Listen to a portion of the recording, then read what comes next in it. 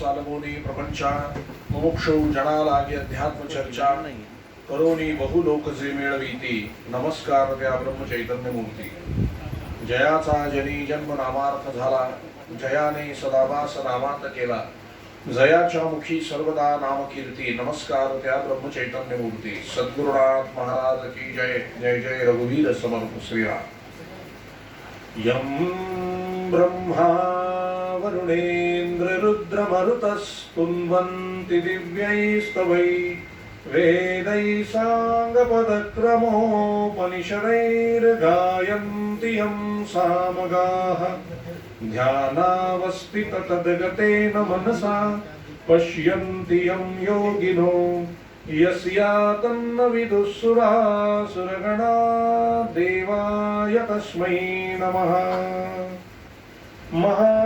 महायोगपीठे तटे भीमरथ्या वरं पुण्डरीकाय दातुं मुनीन्द्रैः समागत्य तिष्ठन्तानन्दकन्दं परब्रह्मलिङ्गं भजे पाण्डुरङ्गम् अलंकापुरी पुण्यभूमि पवित्र इथे नांदतो ज्ञानराजा सुपात्र तया ठविता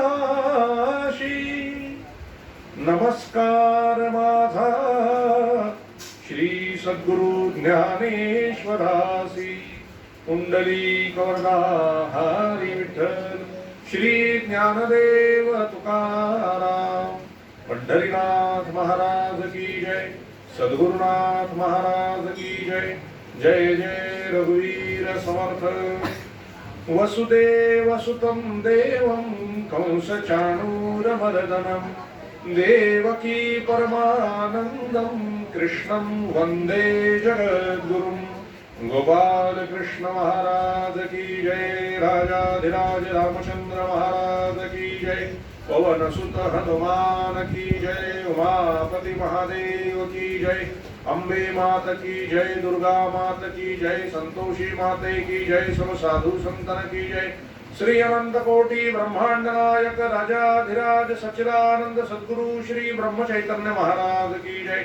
श्री ब्रह्मानंद महाराज की जय जय जय रघुवीर समर्थ श्री कृष्ण गोविंद हरे मुरारे हे नाथ नारायण वासुदेवं श्री कृष्ण गोविंद हरे मुरारे हे नाथ नारायण वासुदेवं श्री कृष्ण गोविंद हरे मुरारे हे नाथ नारायण वासुदेवं श्री कृष्ण गोविंद हरे मुरारे हे नाथ नारायण वासुदेवं प्रद्युम्न दामोदर विश्वनाथ दामोदर विश्वनाथ प्रद्युम्न दामोदर विश्वनाथ दामोदर विश्वनाथ नमामि राधे नमामि कृष्णं नमामि राधे नमामि कृष्णं नमामि राधे नमामि कृष्णं नमामि राधे नमामि कृष्णं श्री कृष्ण गोविंद हरे मुरारे हे नाथ नारायण वासुदेवं श्री कृष्ण गोविंद हरे मुरारे हे नाथ नारायण वासुदेवं श्री कृष्ण गोविंद हरे मुरारे हे नाथ नारायण वासुदेवं श्री कृष्ण गोविंद हरे मुरारे हे नाथ नारायण वासुदेवं राधे कृष्ण राधे कृष्ण राधे राधे कृष्ण कृष्ण राधे कृष्ण राधे कृष्ण राधे राधे कृष्ण कृष्ण राधे कृष्ण राधे कृष्ण राधे राधे कृष्ण कृष्ण राधे कृष्ण राधे कृष्ण राधे राधे कृष्ण कृष्ण राधे कृष्ण राधे कृष्ण राधे राधे कृष्ण कृष्ण राधे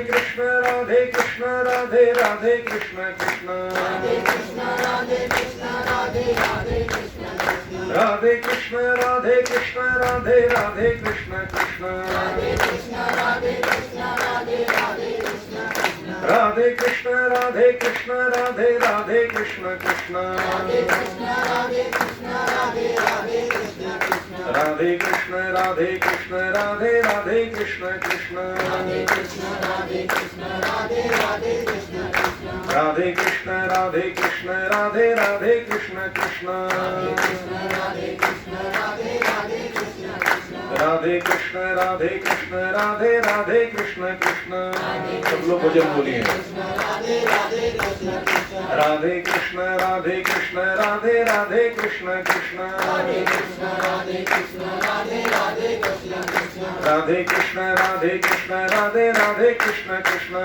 राधे कृष्ण राधे कृष्ण राधे राधे कृष्ण कृष्ण राधे कृष्ण राधे कृष्ण राधे राधे कृष्ण कृष्ण राधे कृष्ण राधे कृष्ण राधे राधे कृष्ण कृष्ण राधे कृष्ण राधे कृष्ण राधे राधे कृष्ण कृष्ण राधे कृष्ण राधे कृष्ण राधे राधे कृष्ण कृष्ण राधे कृष्ण राधे कृष्ण राधे राधे कृष्ण कृष्ण राधे कृष्ण राधे कृष्ण राधे राधे कृष्ण कृष्ण गोपाल कृष्ण महाराज की जय सद्गुरुनाथ महाराज की जय जय जय रघुवीर समर्थ राधे राधे राधे राधे राधे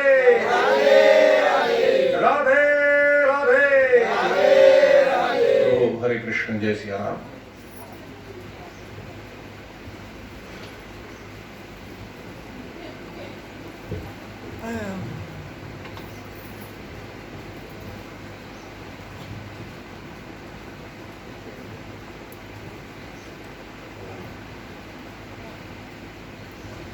प्रभू सगळ्यांनी आपले डोळे मिटायचे डोळ्यासमोर श्री क्षेत्र पंढरपूर मुख्य मंदिर परमपिता पांडुरंग परमात्मा यांच्या समोर यायचंय त्यांच्या चरणी असंख्य तुळशीपत्र आणि फुलवायचे त्यांनी नमस्कार करायचा त्यांच्याच पाठीमागे उभ्या असलेल्या रुक्मिणी माता सत्यभामा माता राधा माता यांच्याही चरणी फुलवायचे त्यांनी नमस्कार करायचा पुन्हा परत फिरून परमपिता पांडुरंग परमात्मा यांच्या समोर यायचंय त्यांच्या चरणी आपलं मस्तक नत करायचं आणि प्रार्थना करायची हे प्रभो हे दयानिधे या संसार सागरातून लवकर आमचा उद्धार करा आम्हाला संतती संपत्ती इत्यादी ऐहिक सर्वसुख प्राप्त होऊ दे आणि दया क्षमा शांती विवेक वैराग्य आनंद उत्साह प्रेम इत्यादी पारलौकिक काही सर्व गोष्टी आम्हाला प्राप्त होऊ देत आम्हाला इहलोक आणि परलोक दोन्ही साध्य होऊ दे दोन्ही प्राप्त होऊ देत पांडुरंगा आम्हाला तुझे अनन्य प्रेममय अशी भक्ती प्रदान कर तुझं ज्ञान प्रदान कर तुझं प्रेम प्रदान कर तुझं नाम प्रदान कर तुझ्या नामामध्ये गोडी येऊ दे रस येऊ दे तुझं गोड नाम अखंड आमच्या मुखामध्ये बसू दे आमचं आपापसातील निस्वार्थी प्रेम वाढेल असा उपाय कर आणि आम्हा सगळ्यांना तुझ्या चरणाशी अखंड प्रेमात अखंड आनंदात अखंड समाधानात अखंड एकत्र ठेव परमपिता पांडुरंग परमात्मा यांनी स्मित हास्य करीत आपला उजवा हात आपल्या सगळ्यांचं मस्तकावर ठेवला आणि तथास्तु असा आशीर्वाद दिलाय तो ग्रहण करायचा पुन्हा एकदा त्यांच्या चरणी आपलं मस्तक नत करायचं आणि 2 मिनिटं डोळे झाकून स्वस्थ बसायचं आहे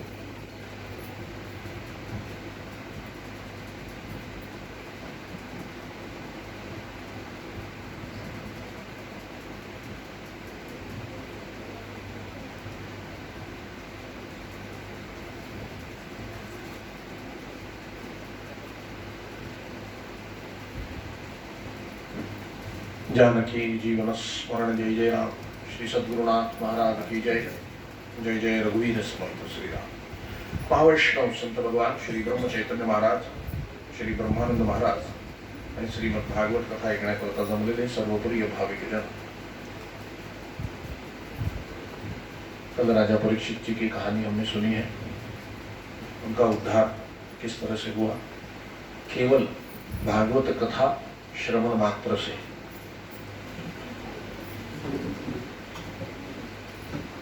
कथा सुनने से संसार की व्यथा मिट जाती है। हर इंसान को कथा सुननी चाहिए, कथा में आना चाहिए, सत्संग करना चाहिए। और ये कोई ऐसी वैसी कथा नहीं है, ये कोई प्रपंच के संसार की कथा नहीं है, ये भगवान की कथा है। हमारे पहले भी हजारों आए, लाखों आए, भगवान की यही कथा गाकर चले भी गए, उन्नत होकर गए, उद्धार होकर चले गए, बड़े बड़े आए। और हमारे बाद भी आते रहेंगे, उनका भी उद्धार होता रहेगा। हजारों लाखों करोड़ों साल से यही कथा सुनाई जा रही है, फिर भी ये कभी पुरानी नहीं होती। जितनी बार सुनो उतनी नई ही लगती है, और वो हर बार नई लगती है। इसी को भागवत कथा कहते हैं, इसी को राम कथा कहते हैं, इसी को भगवत कथा कहते हैं। हमारी तो कथा पुरानी हो जाती है, एक दो बार भी सुनो तो कोई सुनता नहीं है। बूढ़े हो जाओ तो हर एक अपनी अपनी कहानी सुनाने लग जाता है। घर वाले कहते हैं बस करो, कितनी बार सुनो चुके हो, कितने सुनोगे। ये हमारी कथा ऐसी है, कोई नहीं सुनता, कोई सुनना भी नहीं चाहता। लेकिन भगवत कथा ऐसी है जिसमें नित्य नूतन नवीन रस उत्पन्न होता है, क्योंकि ये भगवत कथा है, प्रेम कथा है, ये शुक्र कथा है। शुक्र कथा को प्रेम कथा भी कहा जाता है, राम कथा और भागवत कथा। बहुत सी कथाएं प्रचलित है, उनमें से ज्यादातर राम कथा, भागवत कथा और शिव कथा, ये तीन कथाएं नित्य होती रहती हैं। उनमें भी ज्यादा राम कथा और भागवत कथा होती रहती है, और उन दोनों में भी ज्यादा भागवत कथा नित्य होती है, क्योंकि भागवत कथा को मुक्ति का कारण बताया गया है। बच्चों को थोड़ा सा लिंक टूट जाती है, ठीक है, बैठो, कोई बात नहीं है।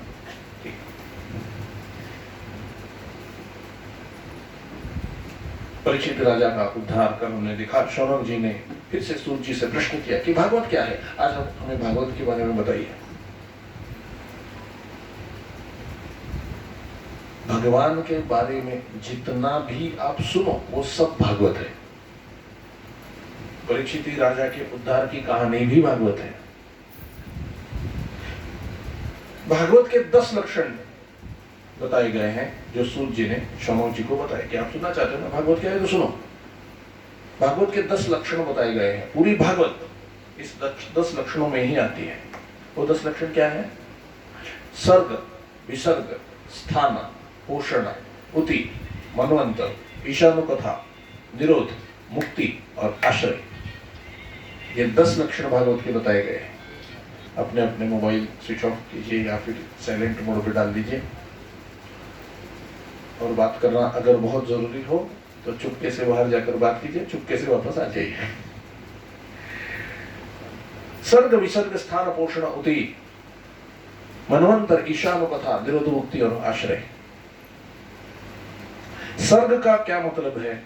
जब भगवान सगुण साकार रूप में प्रकट हुए उसे सर्ग कहते हैं। जब भगवान में से ब्रह्मा जी उत्पन्न हुए और उन्होंने सृष्टि की रचना की उसे विसर्ग कहते हैं। इस सृष्टि के विस्तार को एक जगह पर जाकर रोकना जरूरी है, उसका मर्यादा में आना जरूरी है। तो उसे मर्यादित रखने के लिए जो प्रयत्न किया जाता है उसे स्थान कहते हैं। और सृष्टि की निर्मिति के बाद उसका पालन पोषण करना भी जरूरी है। उस पोषण को पोषण कहा गया है जो भगवान विष्णु के अंतर्गत आता है। निर्माण करता ब्रह्मदेव, पालन करना भगवान श्री विष्णु। स्थान, पोषण। अब पोषण होने के बाद उति यानी वासनाएं जागृत होती है। पेट भरा हो तो ही वासनाएं आती है। कुछ खाने को ना मिले तो वासनाएं नहीं आती, केवल एक ही वासना बचती है, मुझे खाना कब मिलेगा। तो पेट भरा हो तो वासनाएं ज्यादा आती है, और इसी वासना के साथ लड़ने का प्रयास करना ही परमार्थ है।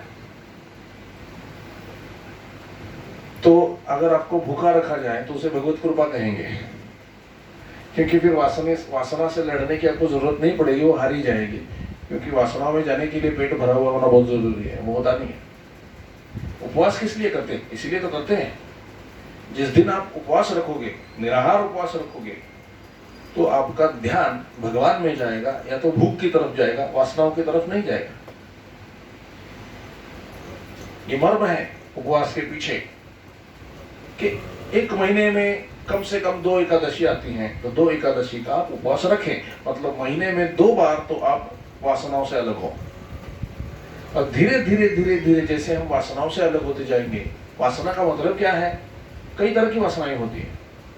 ये मुझे चाहिए, ये मुझे नहीं चाहिए, ये दोनों भी वासना ही है। चाहिए ये वासना है, और ये नहीं चाहिए ये भी वासना है। कोई अच्छा खाने का पदार्थ हो, अगर वो मुझे चाहिए तो भी वासना है, और अगर कोई सब्जी हो, हरी सब्जी जो हम खाना नहीं चाहते हैं, तो हम कहते हैं नहीं ये मुझे पसंद नहीं, ये नहीं चाहिए। वो नहीं चाहिए भी वासना है। वासना का मतलब क्या है? भगवान के विरुद्ध जिसके विचार हैं उसे कहते हैं वासना। भगवान के विरुद्ध जो भी हमारी इच्छा होती है उसे कहते हैं वासना। जो भी पदार्थ हमारे सामने आता है वो प्रभु की इच्छा से आया है ऐसा मानना, ये साधना है। और इसके विपरीत जो भी प्रभु की इच्छा से आया है वो मुझे पसंद नहीं है या पसंद है, ये दोनों में अटक जाना, ये वासना है। तो महीने में कम से कम 2 बार हम उपवास करेंगे, और उपवास करते करते जैसे ही हमारी वासना क्षीण हो जाएगी, तब हमें परमार्थ की ओर हम आगे बढ़ते जाएंगे। हमें पसंद आना लग जाएगा, सत्संग में जाना पसंद आएगा। जितनी बार हम सत्संग में जाएंगे, भगवान के बारे में सुनेंगे, कथा अच्छी लगने लगेगी, प्रभु के प्रति प्रेम जागृत होगा। और जैसे प्रभु के प्रति प्रेम जागृत होगा, वासना अपने आप मर जाती है। उति, उसे कहते हैं उति। सर्ग विसर्ग स्थान पोषण उति मनवंत। ये जो कालावधि है, जो टाइमिंग है, सर्ग से लेकर उति तक, ये जो कालावधि है उसे मनवंतर कहते हैं। जैसे सतयुग, त्रेतायुग, द्वापर युग और कलयुग, ये एक चौकड़ी हो गई है। इस कालावधि को, जो कालावधि है, उसे मनवंतर कहते हैं। और एक मनवंतर का एक मनु होता है, अधिपति। मनवंतर का अधिपति जिसे मनु कहा गया है। और एक मनवंतर में ऐसे कितने युग आते हैं? सतयुग, त्रेतायुग, द्वापर युग, कलयुग, ऐसी 71 चौकड़ियां आती हैं, उससे कुछ ज्यादा वक्त, उसे कहते हैं मनवंतर। ये कालावधि है। अब ये जो कालावधि है, अभी पेट भी भर चुका है, स्थान हो गया है, पोषण हो गया है, उति भी हो गई है, मनवंतर भी है। इस कालावधि में क्या करना चाहिए? ईशानु कथा, ईश्वर की कथा सुननी चाहिए। अगर इसकी विपरीत दिशा में हम जाएंगे, संसार की कथा करेंगे, तो हम दुखी हो जाएंगे। Empty mind devils workshop. अगर दिमाग खाली होगा तो वो शैतान का घर हो जाएगा। इसलिए दिमाग को कभी खाली मत रखिए। दिमाग को कुछ काम चाहिए। तो काम 2 ही प्रकार के हो सकते हैं, या तो संसार के कामों में उसको लगाओ, या फिर भगवान के कामों में उसको लगाओ। तो जो संसार के कामों में लगते हैं वो दुखी रहते हैं, और जो यहाँ का सेवा के कार्य में लगते हैं, सत्संग के कार्य में लगते हैं, वो सुखी होते हैं। यहीं पे हम कहते हैं ना कि सत्संग में जाते हैं तो शांति मिलती है, आनंद मिलता है, प्रेम मिलता है। ये अपने दिमाग को सेवा में लगाने का फल है, सत्संग में लगाने का फल है। इसीलिए ईशानो कथा। बाकी कोई भी चीजों में अपने मन को मत लगाओ। जैसे अभी मैंने अगर पूछा आपसे कि आप कहाँ हो, तो अगर इस समय आप कथा सुन रहे हो तो आप कथा में हो। यहां बैठने पर भी अगर आप घर के विचारों में हो तो आप घर पर ही हो। आपके शरीर के अस्तित्व का यह प्रश्न नहीं है, आपका मन के अस्तित्व का यह प्रश्न है कि आप मन से कहाँ हो, वो ज्यादा महत्वपूर्ण होता है।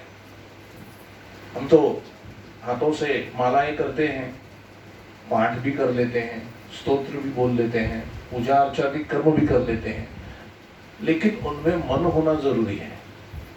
अगर मन नहीं है तो धीरे धीरे लग जाएगा। छोड़ना नहीं है, ये सब चीजें छोड़ना नहीं है। आज भले मन ना लगे, करते जाओ करते जाओ करते जाओ करते जाओ। जैसे देखिए, हम मार्केट से, बाजार से नया घड़ा ले आते हैं पानी भरने के लिए, तो पहले 1-2 दिन अगर उसमें पानी भरो तो वो निकल जाता है, क्योंकि इसमें छोटे छोटे छिद्र होते हैं, वो निकल जाता है, भरा हुआ नहीं होता। और 2-3 दिन के बाद पानी भर भर के फिर वो उसमें रहने लगता है। तब वो जो छिद्र है वो अपने आप बंद हो जाते हैं और पानी उसमें रहता है। ये जिस तरह है वैसे ही संसार की बातें सुन के हमारी दिमाग की अवस्था ऐसी हो जाती है कि सत्संग की कोई शब्द उसमें ठहरते ही नहीं है। जैसे सत्संग के शब्द जाएंगे बाहर निकल जाएंगे, बाहर निकल जाएंगे, बाहर निकल जाएंगे, मन नहीं लगेगा। फिर भी सत्संग की बातें भरते रहो, भरते रहो, भरते रहो, बैठो, पाठ करो। 108 पाठ अभी यहाँ पर हुआ, बहुत अच्छा है। इसके पीछे क्या है मर्म? अगर 108 बार पाठ कर रहे हो, एक बार तो मन लगेगा पूरे पाठ में, वो एक बार भी लग गया तो भी मुक्ति है। 108 बार पाठ क्यों करना है? एक ही पाठ में मुक्ति है। मर्म तो ये है, किंतु मन लगता नहीं है ना, तो 108 बार करो तो कम से कम एक बार तो पूरा का पूरा मन लगेगा वहां पर। ये उसके पीछे का मर्म है। मालाओं में 108 मालाएं होती है, हम घुमाते हैं। मणि जो है 108 होते हैं, घुमाते हैं हम एक एक करके, एक एक कर, चाहे हुई कि नहीं, श्री राम श्री राम श्री राम। भोजन की में क्या बनाया है आज? श्री राम श्री राम। मन कहाँ है? भोजन में है। मन कहाँ है? चाय में है। कर में माला फिर रही है। लेकिन 108 मणियों के बीच में कहीं तो मन एक बार उसमें अटकेगा ही, श्री राम। ये हो गया तो काम हो गया। इसीलिए 108 माला। तो हम लोग ये नहीं बोलते कि 108 माला की एक ही माला आप जपो, नहीं। 108 मणियों की एक ही माला आप जपो, ऐसे नहीं है।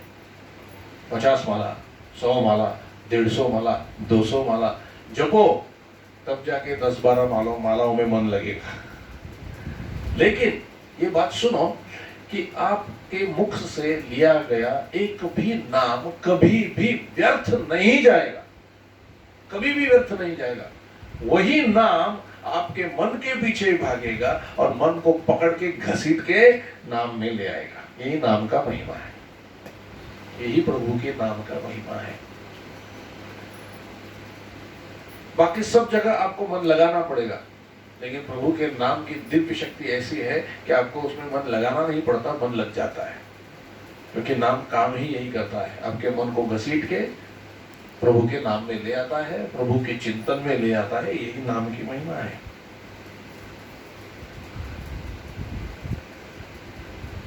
इसलिए ईशानु कथा। अगर मन की व्यथा बहुत, आप फ्रस्ट्रेशन में हो, निराशा में हो, उदास हो, कुछ मत करो। 2 उपाय मैं आपको बताता हूँ। या तो 10 मिनट बैठ करके वैखरी वाणी से श्री राम जय राम जय जय राम, जो भी आपका गुरु मंत्र है उसे जोर से बोलो। 10 मिनट के अंदर अंदर आपकी चित्त थोड़ा शुद्धि हो जाएगी, चित्त की शुद्धि हो जाएगी। आप उस नैराश्य में से, उदासी में से बाहर आ जाओगे। या कुछ मत करो, सत्संग में जाके बैठ जाओ, बैठ जाओ, खाली सुनो, वही कथा सुनो। कितनी भी बार आप सुनो, वही कथा सुनो, बार बार सुनो। फिर भी यहाँ आने के बाद आप में एक अलौकिक उत्साह का संचार हो जाएगा। निराशा भूल जाओगे, उदासी भूल जाओगे, उदासी कट जाएगी, निराशा कट जाएगी और एक अलग उत्साह आपके मन में आ जाएगा। यह सत्संग का प्रभाव है। आप यहाँ पर अकेले नहीं हो, यहाँ पर आप सब लोग मिलके बैठे हो और यहाँ पर प्रभु की कथा चल रही है, तो आपका सबका मन एक विशिष्ट स्तर पर, ऊंचाई पर जाकर रुका हुआ है। प्रपंच में मन नीचे की तरफ होता है, सत्संग में मन ऊपर की तरफ होता है। ऊपर मतलब भगवान की तरफ, प्रपंच नीचे है और परमार्थ ऊपर है।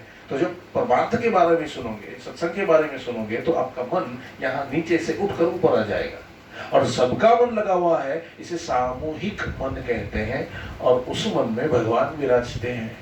इसीलिए सत्संग का ज्यादा प्रभाव होता है।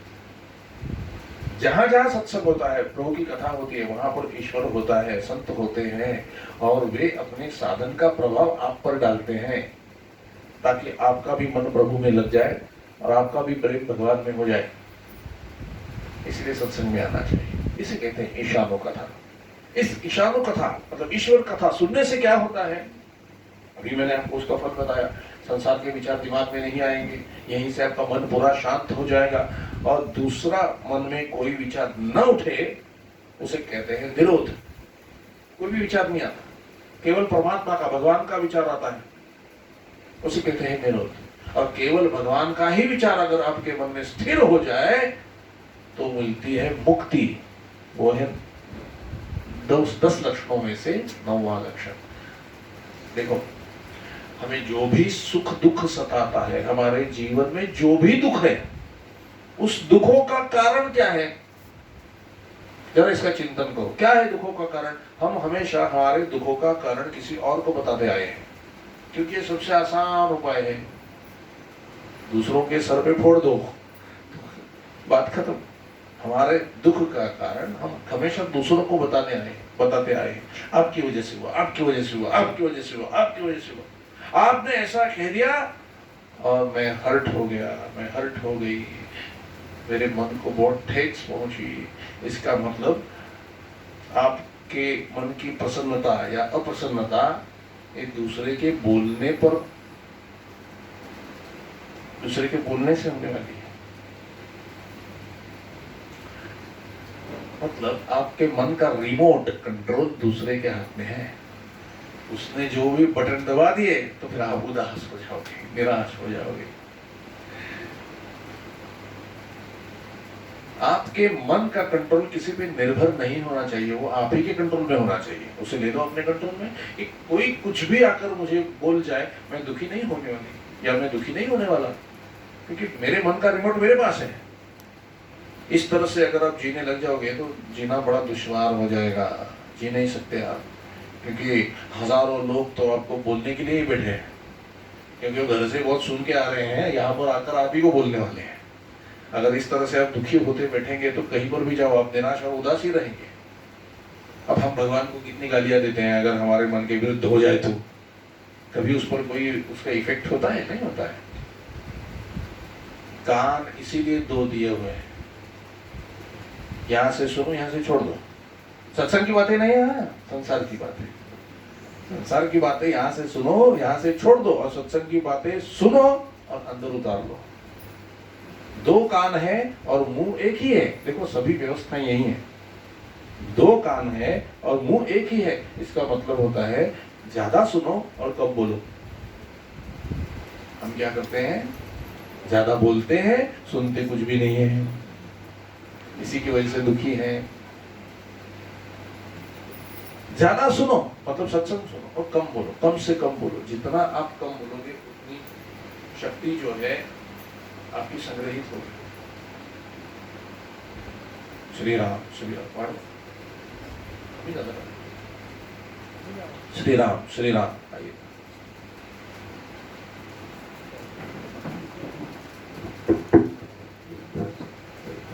श्री राम, श्री राम, श्री राम। ट्रिबल है, ट्रिबल है।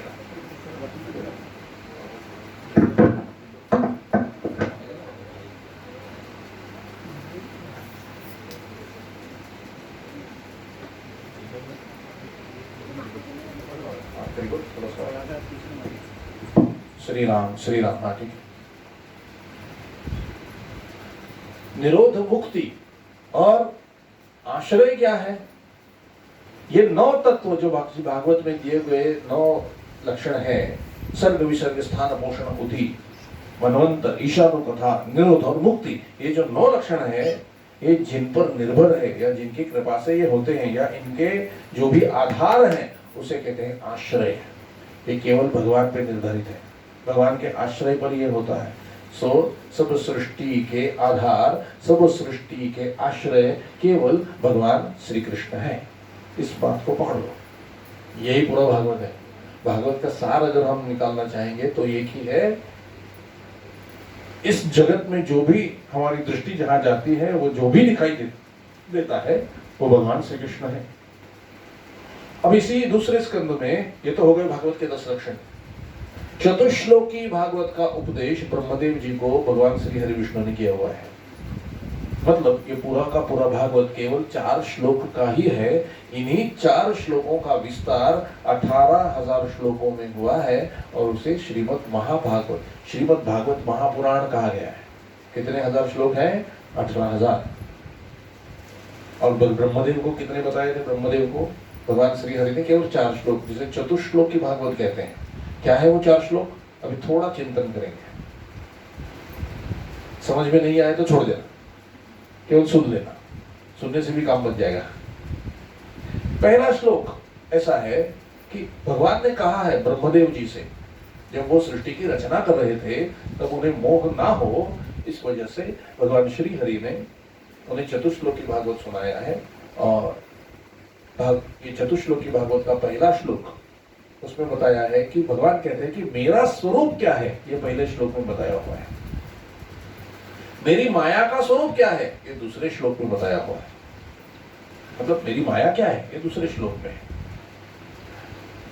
मैं और मेरी माया दोनों मिलके एकत्रित कैसे काम करते हैं, ये तीसरे श्लोक में बताया है। और मेरी माया को हटा करके मुझ तक पहुंचने का क्या उपाय है, ये चौथे श्लोक में बताया है। बस यही महत्वपूर्ण बात है और ये पूरी भागवत उसी में है। तो पहला श्लोक क्या है, भगवान कहते हैं सृष्टि की उत्पत्ति के पहले जब कुछ नहीं था, सूक्ष्म और स्थूल और इन दोनों का कारण अज्ञान ये भी नहीं था, तब भी मैं था। भगवान कहते हैं कुछ नहीं था, सृष्टि की उत्पत्ति के पूर्व कुछ नहीं था, तब भी मैं था। सृष्टि के उत्पत्ति के उपरांत जो भी प्रतीत हो रहा है, ये जो सृष्टि प्रतीत हो रही है वो भी मैं ही हूं। और सृष्टि के प्रलय हो जाने के बाद भी जो कुछ भी बचा रहेगा वो भी मैं ही हूं।